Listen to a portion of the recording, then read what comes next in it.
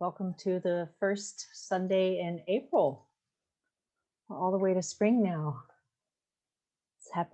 Very happy to have you all here. Yeah, we're a growing Sangha. It's very good to see you and take in your presence. For all those who are new to Zoom, well, actually, let me just start first by saying that today we're going to have a teaching by Mary Stancavage. Mary is joining us from Southern California, and she will be talking about relaxing the body and relaxing the mind. And I also just because a lot of folks aren't able to stay for the entirety of the session, and so I do want to actually introduce the idea of Dana, and just to let you know that all of our teachings are given freely, and we've had this program running for a number of years, and we plan to continue it for as long as folks are interested. And so I'm going to put the Dana link into the chat field, and there is an opportunity when you go to the website to donate to indicate that it's for the Academy. And that way we know, to dedicate it towards growing this program in particular. But you're welcome to go there anytime. And the funds that come in today and over the next few days will also go to support our teacher, Mary Stancavage. So thank you. I'd like to talk a little bit about Mary. Mary has practiced meditation, yoga, and cultivated her spiritual practice for over 30 years. And in 2009, she was empowered to teach the Buddha Dharma. So lucky for us.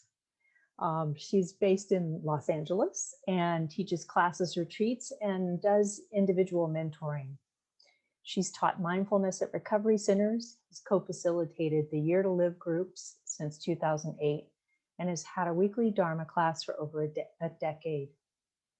She was also the director of Against the Stream Meditation Society for 10 years and completed the Buddhist chaplaincy program at the Sati Center and served as a volunteer chaplain at the Hollywood Presbyterian Medical Center.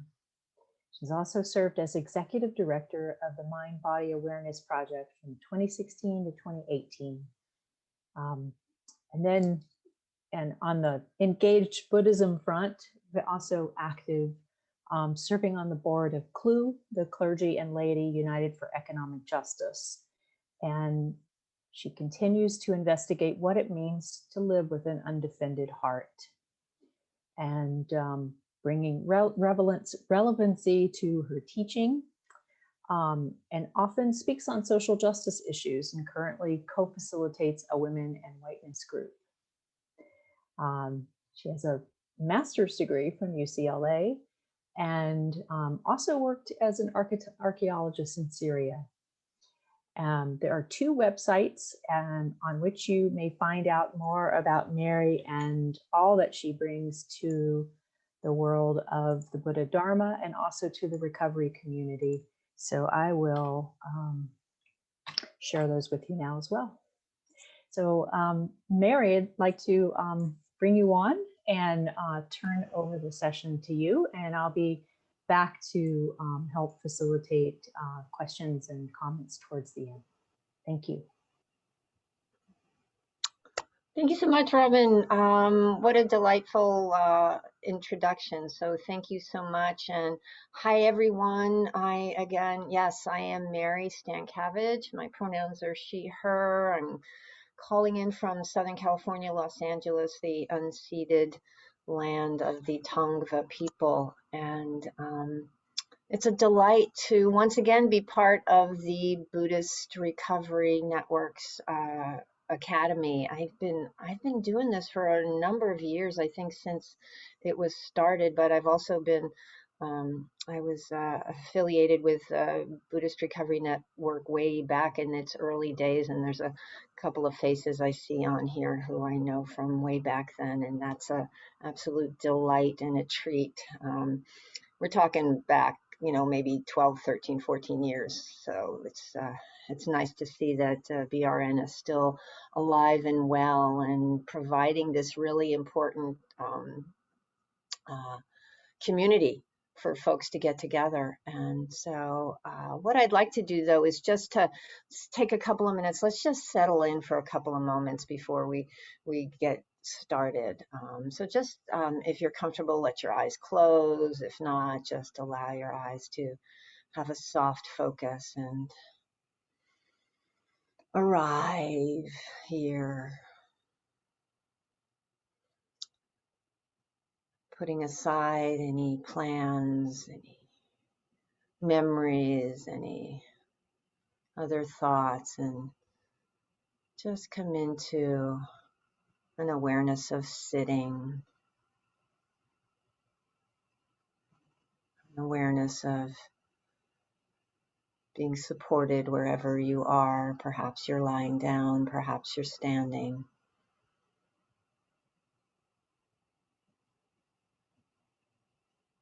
Giving yourself permission for these next moments we're together to just be.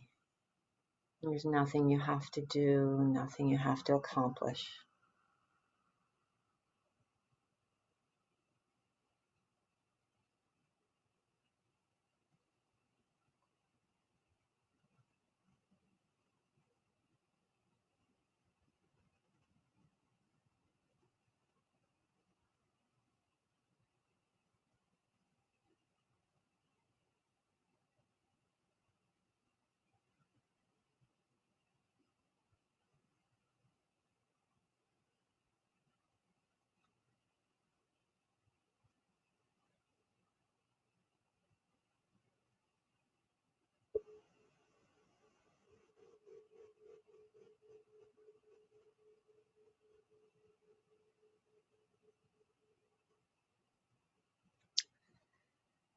So, thank you again, everyone, for being here today.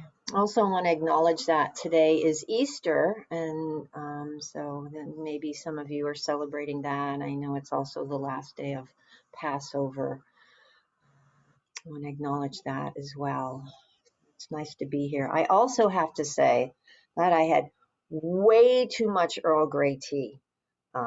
And so just in these last few moments when we were sitting, I could feel the the buzzing. I don't do a lot of caffeine, and I thought, what's Earl Grey? And it's like, yeah, no, there's caffeine there too. So I have a tendency to talk really fast, so I'm going to try not to talk as fast. I'm going to try and breathe. So what I want to do today is talk a little bit before we do a meditation, because I think the what I'm going to talk about will help bridge us into the practice. When I was invited to do today, they asked what the topic was going to be, and I had just listened to a meditation by Andrea Fella, who is a teacher at Insight Retreat Center or Insight Meditation Center in Northern California. She's co-teacher with Gil Fronsdal of that group, and it was on relaxing the body, relaxing the mind. Yeah. Oh, thank you. Also, yeah, April 4th, the anniversary of the assassination of Dr. Martin Luther King. Thank you so much for that, Monique. I appreciate that. So her topic was relaxing the body, relaxing the mind, and in this meditation she offered, and it really landed with me in a way that I don't know it had ever before. And because we think about relaxation, softening, letting go, but I took that practice and I ran with it and I've been running with it for a number of months now. And so when they asked what the topic would be for today, I said, let's do relax the body, relax the mind. And I think it's important because oftentimes we don't even realize how tense we are. A lot of times when we begin a meditation practice, the invitation is to just relax. But even if you relax the first few moments of practice, it's easy to tense back up again because we get lost in thinking. Some emotions come up that may be challenging. may even be pleasant, and we tend to harden around them or begin to cling to them, get lost in the future, get lost in the past, and we don't realize how we've tightened up again. I know it's very common for me. Until I start paying attention, then I notice it. And it's just the water we swim in, this protection that we build, or this clinging, this grasping, this holding on to things. And some of you may be familiar with the book The Body Keeps the Score, which is a really important book. It's a very good book about trauma. And uh, the author talks about how the trauma is kept in the body, and many of you are aware of that, have done that practice. And so oftentimes it's this tightness, it's this protection, this armor that we build around ourselves, and we armor ourselves to make sure we're not hurt. And it's subconscious. I don't think any of us often sit down and go, I'm going to put this wall up, or I'm going to, sometimes we do consciously, but oftentimes it's just because of our conditioning. And just as our bodies armor themselves, our minds armor themselves. We become conditioned into believing certain things, thinking things have to be a certain way, that it should look like this. It would be better if, that if only kind of conversation that we have. We get into these ideas of what you're supposed to do, what I'm supposed to do, what the whole world is supposed to be like. And, I can, and when that happens, we become trapped by it, whether we're aware of it or not. And we fall into these patterns, we fall into these habits, these ways of seeing the world, these ways of believing the world should be. And, just thinking about my own story and my own conditioning, my own ideas of fixed ideas and shoulds and coulds and woulds. I received messages from a very early age that I better not make a mistake because it could be really dangerous, and not to say things that other people may not like because it could be really dangerous and not end up well. And so I developed this way of being that was quiet, that was a perfectionist, which we always know is doomed to failure from the start because there's no perfection. And so I developed these habits, these rigid patterns and ways of moving through the world that I thought could take care of myself. And when we're stuck on these things, when we receive these messages about the way things are supposed to be, the way we're supposed to be, the way you're supposed to see me, the way I'm supposed to see you, it can be incredibly debilitating because the world doesn't always work to how we want it to work. In fact, it rarely ever does work the way we have it all planned out. I'm sure many of you can relate to that. And it becomes really painful. And in my case, this was all subconscious. This discomfort, this pain was really, really unconscious. And what I started doing is, my story is, I started with food. When I was 8 years old, I had an incredibly painful situation at home. I lived by myself. It was me and a mentally ill mother. She was not diagnosed till many years later, and so it was difficult being with her. And so I began to eat until I was older, when I began to drink and use anything else you'd give me to put inside my mouth, as a way to deal with this discomfort, this hanging on to my idea of shoulds and coulds and woulds, and these fixed patterns and these fixed stories. Even when I saw they were painful and I saw they were causing me discomfort, I held on to them. And these other stories about not being good enough and being on the outside looking in. Even if I got straight A's in school, it still wasn't enough, because there's always something more. The Buddha teaches us that when there's this, we crave something on the outside to make us feel okay on the inside, there's always something else.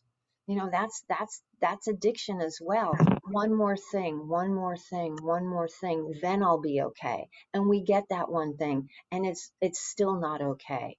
And so we're stuck in these habitual patterns of behaving that we developed for survival. We developed these patterns for survival, but they weren't really skillful. Perhaps they worked for some portion of time, but over the course of time, I mean, food soothed me, drinking soothed me, but after a while, they were causing more harm than good. I ended up drinking my way out of school. When people ask me, I say I partied my way out of school, but we all know that it wasn't really a party by that time. It was a mess. And but I'm just so attached to my way of life and my ideas of how things should be and my answer that I couldn't let go. I couldn't let go. It was more scary to think about letting go than it was the discomfort and the pain I was causing myself and the suffering I was experiencing. Um, it's really can be really scary to think about living without our fixes and these things that we have known for so long about how to take care of ourselves. But um, there needs to be there needs to be a crack. There has to be a way to move beyond this rigid pattern of thinking, this idea of this is the way it's supposed to be. I think about it. I described this years ago. I decided that I had a pea brain, and I may have mentioned this before here, but I had a pea brain and I couldn't see anything. Well, peas are not this big. They're actually much smaller, which is much more like what my ideas were. This was my world. And I had to make sure everything fit into this world because then I would be okay. But obviously, the world is much larger than this little pea.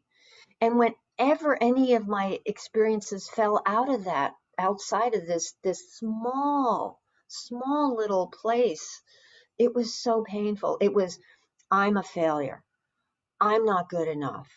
You're being mean to me. If don't they see how nice I am? Because I was a perfectionist and a people pleaser. Those are my habits. We all have different ways of coping, but that's where I ended up. So I tried harder or I hid.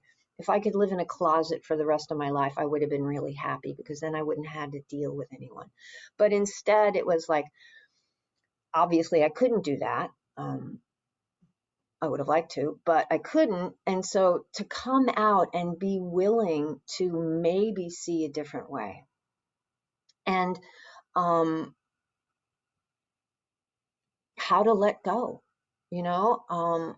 So I eventually was willing to say, okay, maybe this way of life, maybe what I'm ingesting is killing me. Maybe I'll go outside this pea brain and do something else and begin this journey of letting go, even though it was terrifying. And so what ended up happening is, you know, I did get into recovery, and then not long after that, I began to move into a place of meditation. And when I got into serious practice is when my whole life just really came into sharp focus.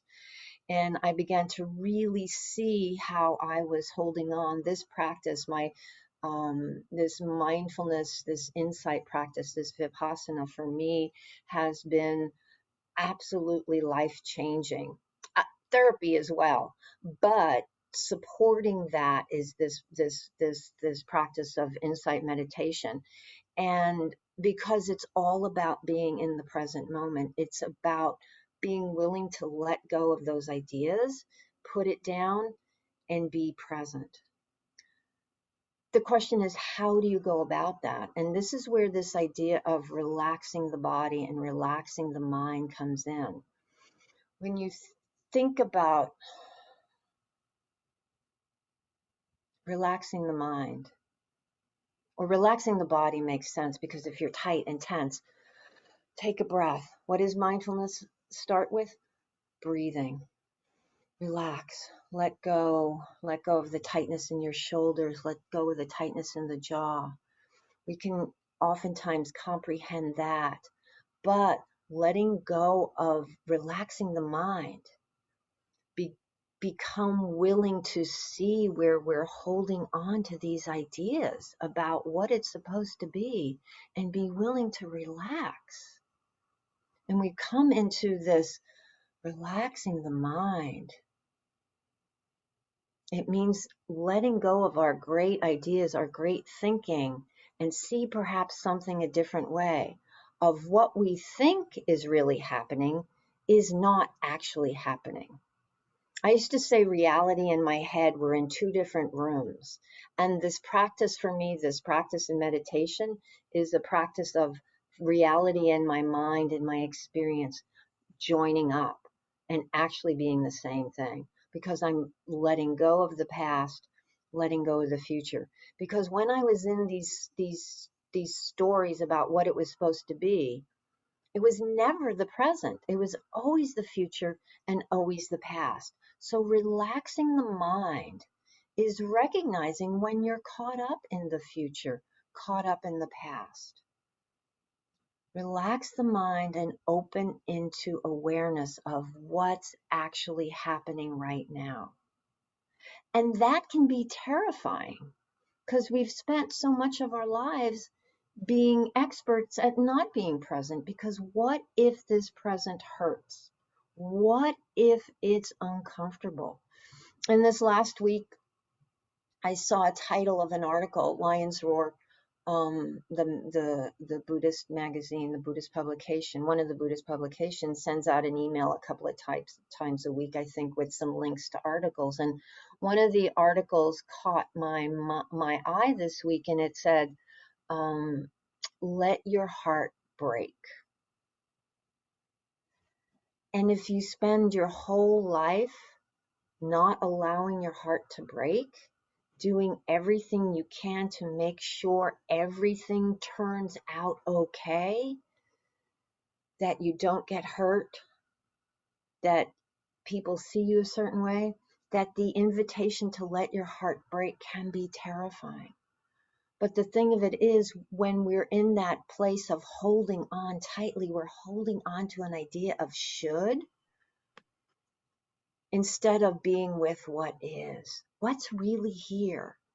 And when I was willing to let my heart break, and I've heard this from many people, that when we're finally willing to let our heart break, be vulnerable, it's never what we think it's going to be. Because oftentimes what we're running from is our idea of what it's going to be, not what really it is. When I can finally allow myself to feel that oh, I'm not good enough on the outside looking in, instead of getting lost in the stories, those rigid stories, I can be with the sadness. I can be with the grief and tend to it with the compassion that also comes with this practice. This practice is both about seeing clearly what's really happening and compassion towards that pain, that willingness to feel, that willingness to allow your heart to be touched. It's no longer a denial of reality. It's saying, right now it's like this. It's uncomfortable, or it's joyful. There's a lot of joy in this life too. And sometimes we deny that. We say, oh, I'm not allowed to feel this because X, Y, and Z. And it's like, if it's there, be with it. And we get there by relaxing. I have two stories. One is an old story that I've told many times, that when I was teaching at Against the Stream, there was an air conditioner that would turn on. Many of you have heard this story before, and it would blow right on the teacher, right where you were sitting as you were teaching. And it would make me really cold. And before the air conditioner would turn on, it would go click, click. So I'd hear the click, click and immediately go, oh God, I hate this. It's going to be freezing, blah, blah, blah. And I remember this one evening I was teaching a class. It was the middle of the summer, so it was really hot. And I'm leading the meditation and I hear click, click. And it's like, oh God, I hate this. Why can't we turn it off? It's too hot. We can't turn it off. And it's going to be miserable. It's going to be unbearable, blah, blah, blah, blah, blah. And blah, and the air's blowing on me. And while this is going through my head, I'm going, let yourself be present, come back. And, I'm saying these words out of my mouth and my head's doing all this gyration. And then all of a sudden I said, wait a minute. And I stopped and I said, what if I actually pay attention to the words that are coming out of my mouth? And instead of holding on to that idea, hear a sound, immediately react. It's like, let me just experience the reality of what is happening. And it's, oh, it's not so bad. It's not so bad. I'm not even cold. So instead of being stuck in that, it's allowing it to be present. It's allowing yourself to actually be with the reality of what is. When we're caught up in what we think it's going to be, we suffer mightily.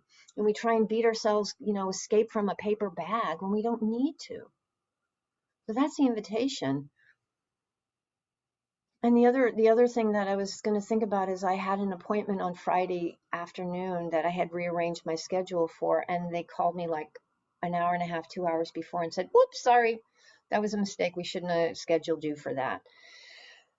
And they'd left me a message, and I was a bit annoyed. And I remember I was driving on Friday afternoon and I had the radio on in my car. The music was on, and I have a tendency to have conversations with people who are not in the room.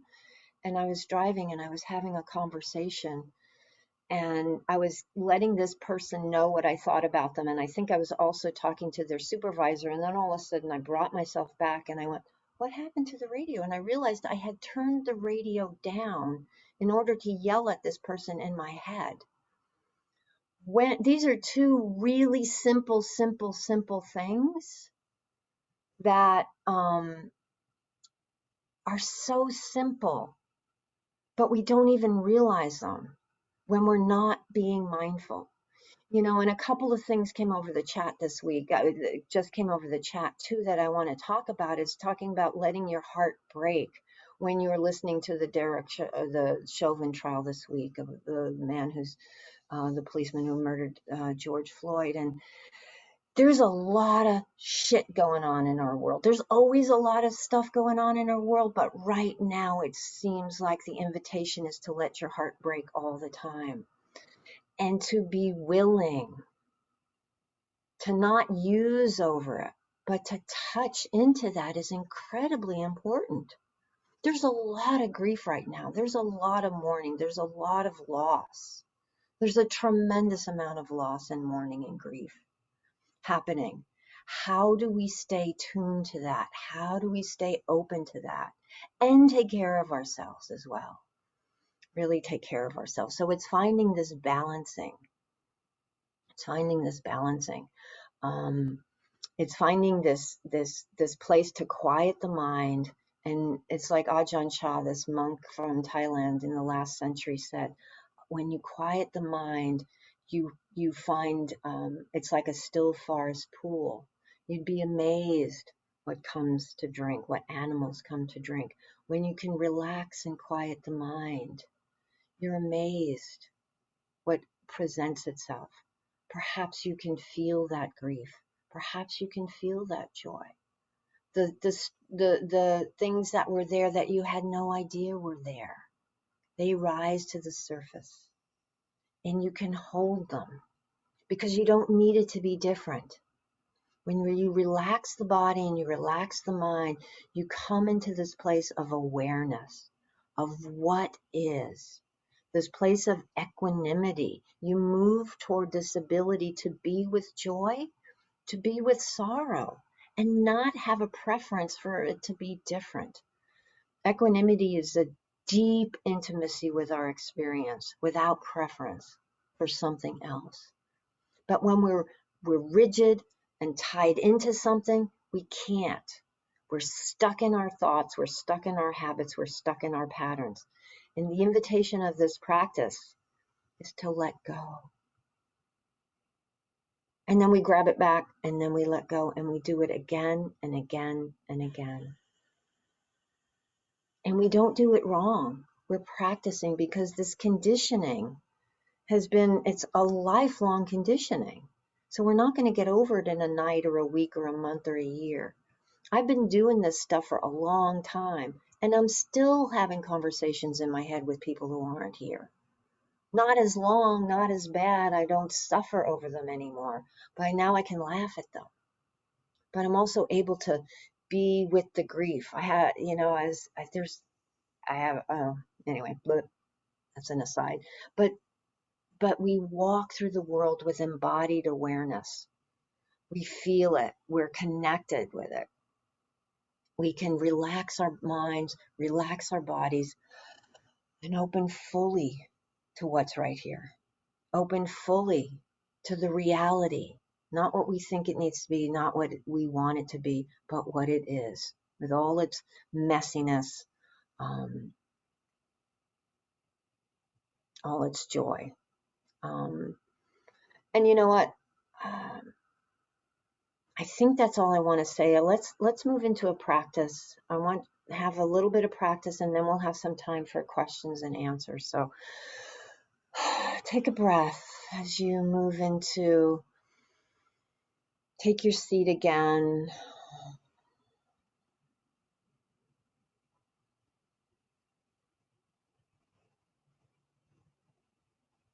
Letting your eyes close or keeping a soft focus. Maybe taking a moment to feel yourself supported. The foundation, your ground is always beneath you, is always here to support you. It's always present.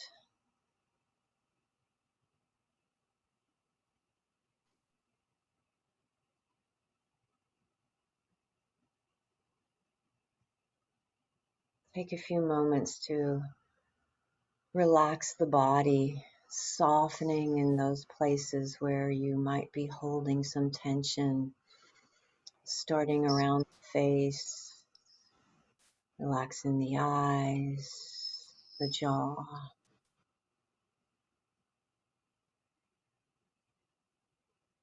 Relaxing the shoulders, the arms, the hands.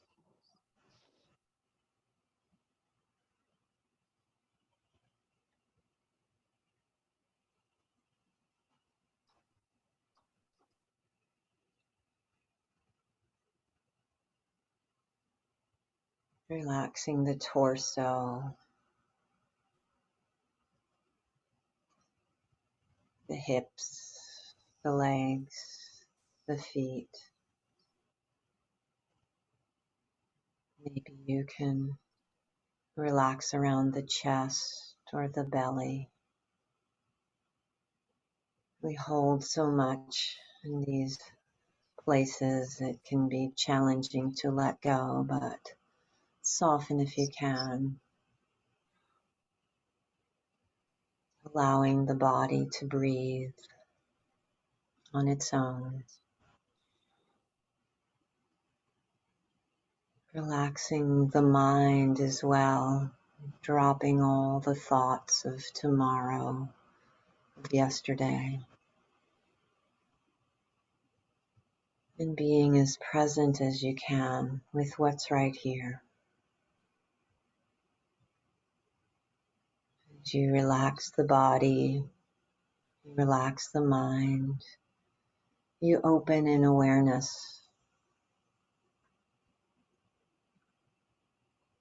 Awareness to maybe the sensations of the body. Feeling your hands on your lap.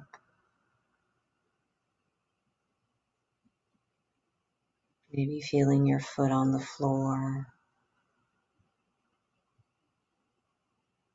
Maybe aware of the temperature.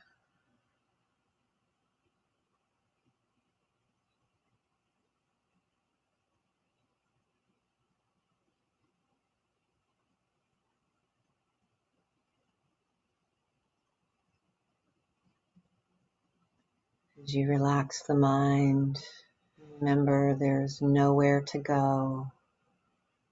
There's nothing to do. There's no agenda. There's no expectations. You're simply right here, right now.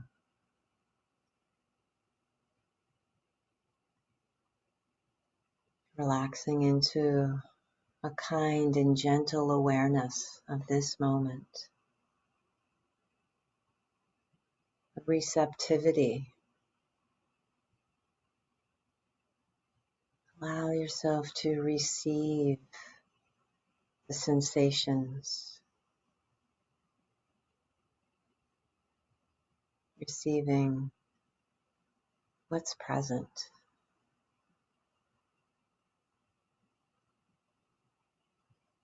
Oftentimes there's this tendency to move forward or reach out and grab onto the experience. Instead, let yourself rest, grounded,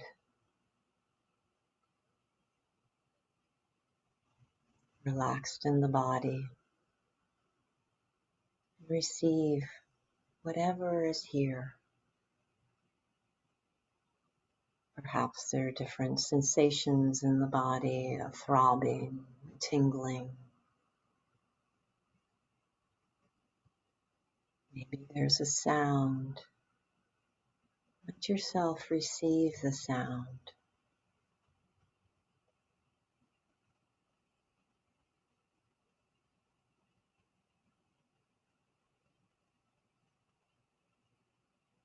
It's not about shutting the mind off. It's about noticing the thoughts that come and go.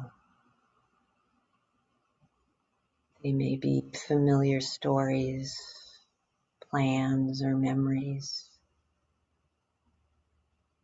But see if you can just relax and not pick up.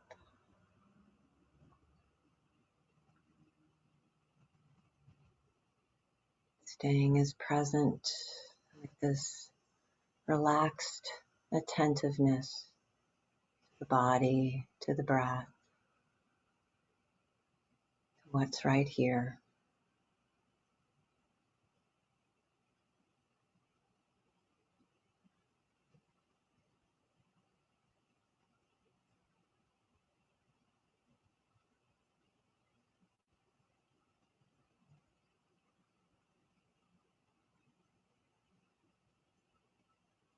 You may notice emotions or feelings that are present.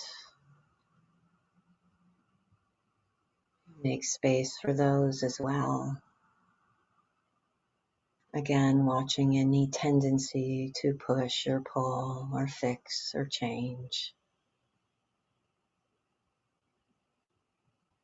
Remembering that you cannot do this practice wrong. You're simply being with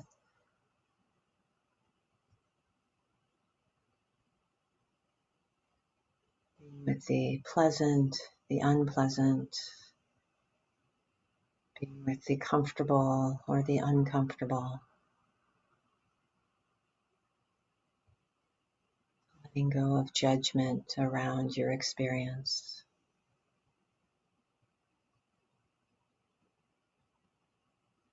Just being. If the mind does want to wander, and you notice you're somewhere else, gently open back into awareness of what's right here. Breath, body, sound, sensation, thought.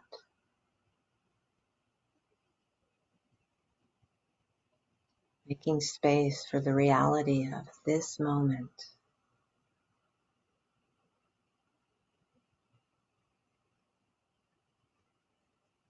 the future, not the past.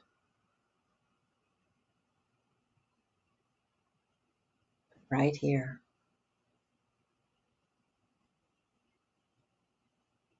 right now, it is like this.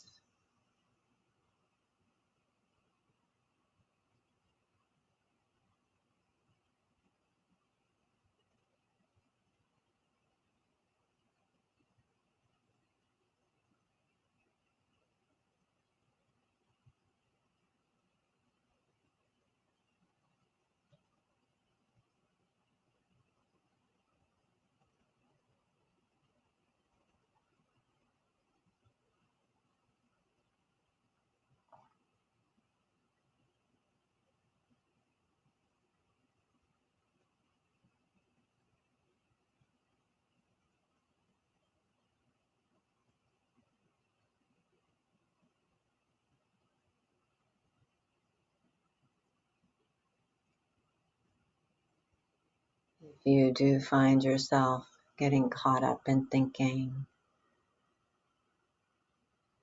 that's fine. You may also notice that the body has tensed up again. Oftentimes we tense up behind an emotion or a thought, a feeling. The invitation is to relax again. Relax the body, relax the mind, open in gentle awareness to what's here. Even if only for half a breath, you're cultivating this present time awareness. You're cultivating this mindfulness, this willingness to be open, to be vulnerable, to be with the truth of this moment.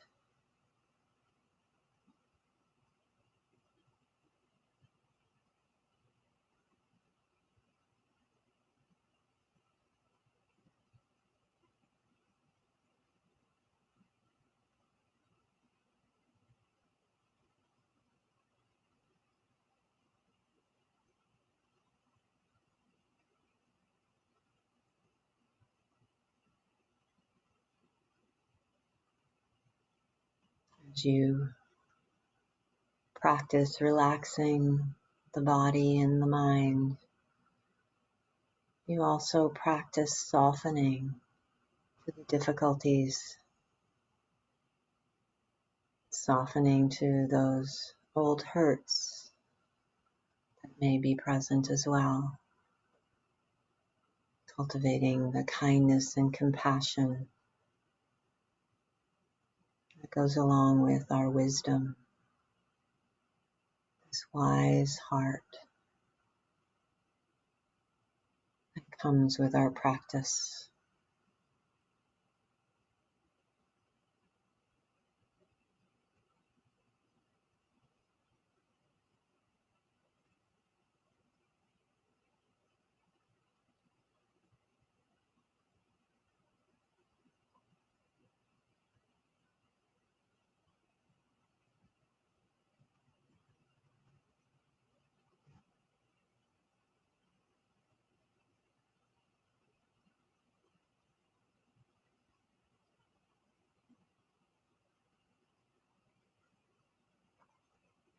Letting go of the stories, the future and the past,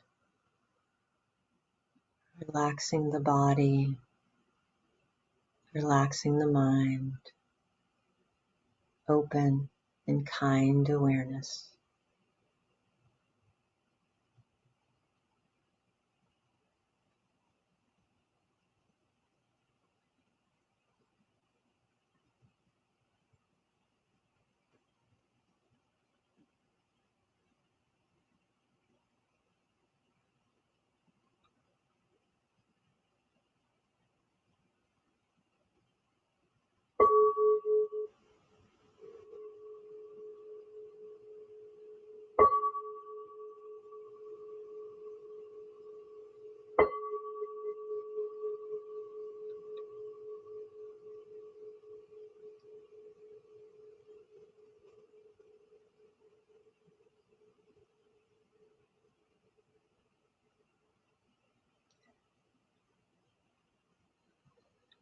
So thank you, everyone.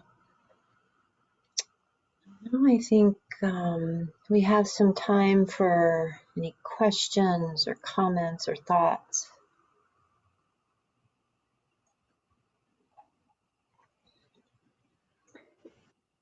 And I do want to invite folks to come on live if you'd like to.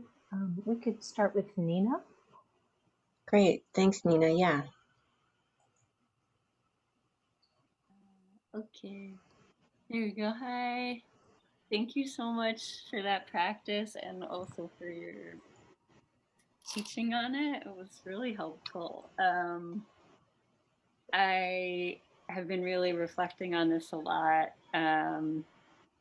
because I had a really difficult breakup about 4 months ago, like really painful. And I'm noticing now, like I've done a lot of grieving and continue to really be in the heartbreak. And I'm noticing I'm doing a lot of constant rumination. And I've just been noticing that kind of dynamic between like being in the experience of grief and being in the obsession and what that feels like in my body. And so this practice was really helpful. As we were sitting, I was just like, I became very aware of part of the suffering was the should story, that it was supposed to have been different. He should have been my person. It should have played out differently, and something got messed up instead of being with what is. And I felt very peaceful, and I felt like I had a moment of really taking in the joy that you had named, of like that when we're closed, part of what we're closed to is the joy. And I had this feeling of like really taking in the beauty of things as they are right now. And so that's more of a comment than a question, but I guess, so just really holding a lot of appreciation for this practice. And I guess if you have, the question might be just any further thoughts you have on like working with recursive obsession that's hard to put down. Yeah. Thank you. Thank you, Nina. I appreciate that. I've been there more than once. Yeah, I think what's helped me also is to remember that obsession, that recursive thinking, that rumination is my way, the mind's way of mitigating the discomfort.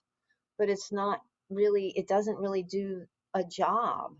It's like there's the discomfort of the grief or the loss or the mourning, and then that's a reaction to the feeling that's trying to fix the feeling, but it doesn't ever go anywhere. So to recognize that sometimes helps me put it down. It's like, yeah, that no, no, and sometimes I have actually gotten into arguments in my head going, put it down. No, I have to think this one through. And it's like, put it down. No. So it's like, they talk about the second arrow.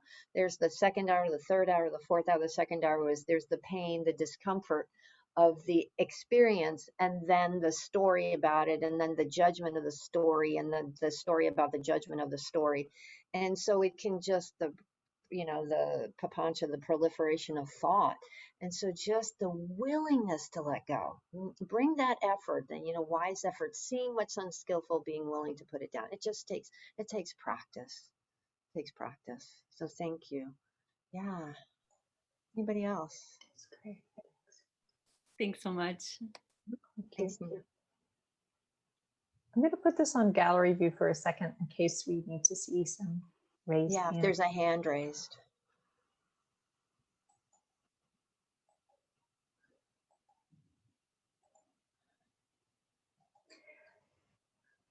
I have an experience that I can share that I'm actually curious about. Oftentimes when I recognize that I'm experiencing bodily discomfort and I'm not relaxed, and I try to drop what's going on around me, what I uncover is actually just more pain, more physical discomfort. And I recognize that it's a lot of mental proliferation that's brought me to that place of pain. but it's almost like at that point it's so locked up that I'm unable to determine how I got this way. And so I don't know. I know that there are some meditation techniques that you can use to kind of work through that, but that is a recurring experience for me where if I come to the now, if I try to be with my body in the present, what I get to is more physical, this kind of physical locking. And I'm not sure if you have any suggestions for that. Thanks. I don't have experience with that, so I can't speak to that. I just know that sometimes meditation isn't always the answer, and I need some support elsewhere.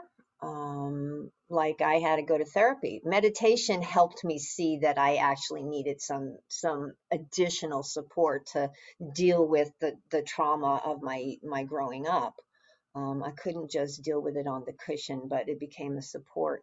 I know that when working with physical pain, it's really important to watch the aversion to it, because oftentimes there's an aversion to it, which locks it in even more.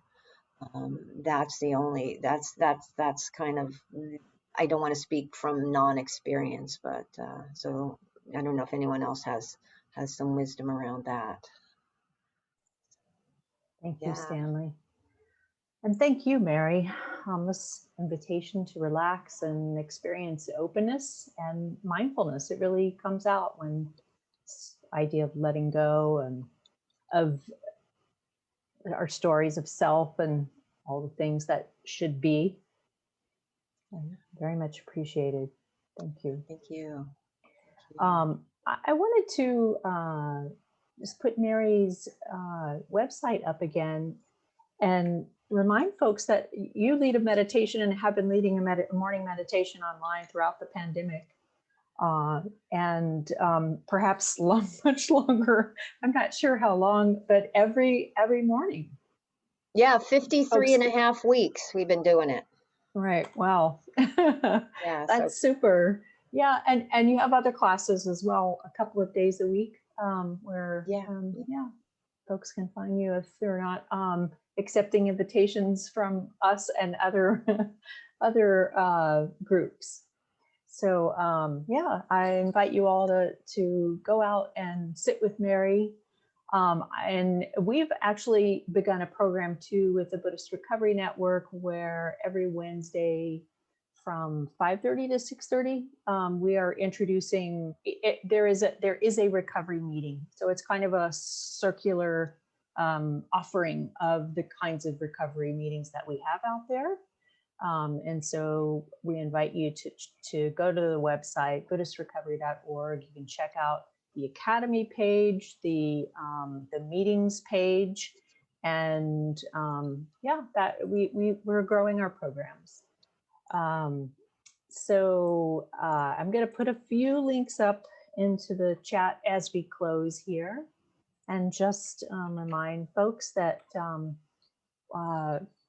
your Dana, your generosity can be shared in Dana. It's generosity in action. It's an expression of kindness.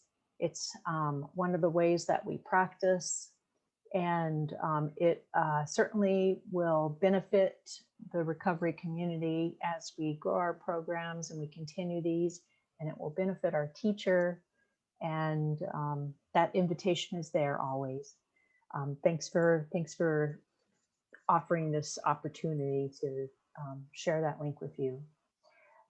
So we have our next teaching is Sunday, May 2nd with Myoke Kane Barrett. I will not be hosting. I will be in Northern Cal, if all goes well, in Northern California, being ordained. So there will be either Vanessa or Vimlasara, I imagine, will be hosting. But we do invite you to come back and hear Myoke speak. It's going to be exciting. Wishing you well, And I will see you all in a couple of months. Thank you. All right. Thanks, everyone.